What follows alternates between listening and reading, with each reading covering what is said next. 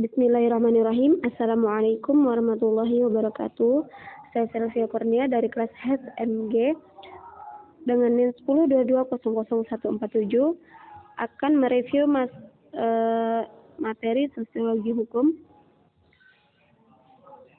Untuk materinya sendiri ada 10 materi. Yang pertama yaitu antropologi dan sosiologi.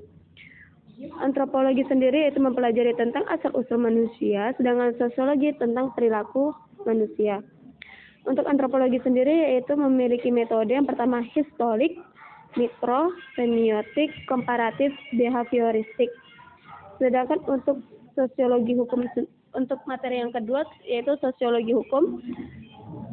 Sosiologi hukum memiliki pengertian tentang suatu cabang dari sosiologi yang merupakan penetapan pendekatan sosiologis terhadap realitas maupun masalah-masalah hukum. Untuk tujuannya sendiri yaitu memberi penjelasan tentang praktik-praktik hukum. Yang ketiga, sejarah perkembangan. Untuk sejarah perkembangannya sendiri yaitu awal berkembang di Indonesia pada tahun 1882. Untuk faktornya yaitu kurangnya perhatian sosiologi terhadap hukum. Yang kedua, pengaruh pemikiran Eropa dan Amerika. Yang materi keempat yaitu pendekatan dan aliran hukum sosiologi. Untuk pendekatan hukum sendiri terbagi menjadi dua yaitu nilai dan institusi. Sedangkan aliran juga terbagi menjadi dua, mazhab dan aliran. Untuk mazhab sendiri yaitu terdiri dari formalitas dan sejarah kebudayaan. Untuk sejarah dan kebudayaan itu dipengaruhi oleh tiga hal. Yang pertama rasionalisme, semangat revolusi Perancis, dan adanya larangan penafsiran oleh hukum. Sedangkan aliran itu terjadi dari tiga aliran. Yang pertama utilitarianisme, realisme hukum, dan sociological jurisprudence. Materi yang kelima yaitu paradigma. Paradigma sendiri memiliki pengertian apa yang dimiliki bersama anggota-anggota masyarakat lain. Paradigma sendiri adalah pokok pikiran dari Aristotelian dan Galilean. Paradigma sendiri sejarahnya sejak adanya manusia, namun secara sistematis baru dimulai sejak abad ke-17. Materi yang ketujuh tentang teori. Teori terbagi menjadi tiga. Yang pertama, interaksi simbolik, fungsional konflik, dan pertularan sosial.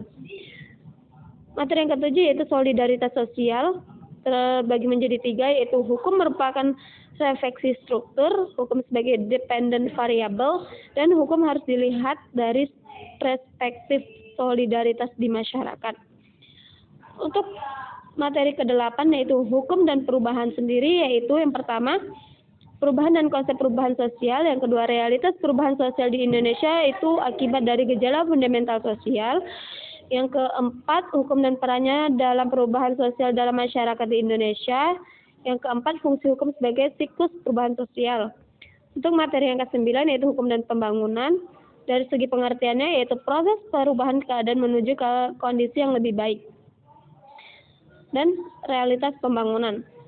Materi yang terakhir yaitu perencanaan penelitian. Yang pertama terbagi menjadi 4.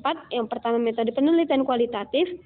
Yang kedua metode pendekatan dalam penelitian. Nah, untuk pendekatan dan penelitian itu terbagi menjadi 4. Yang pertama mengkaji asas hukum, sistematika hukum, sinkronisasi hukum, dan perbandingan hukum. Yang ketiga yaitu penelitian hukum secara empiris, dan yang terakhir analisis data penelitian. Cukup sekian yang dapat saya sampaikan. Mohon maaf jika ada kekurangan serta kesalahan. Saya akhiri. Wabillahi taufiq wal hidayah. Wassalamualaikum warahmatullahi wabarakatuh.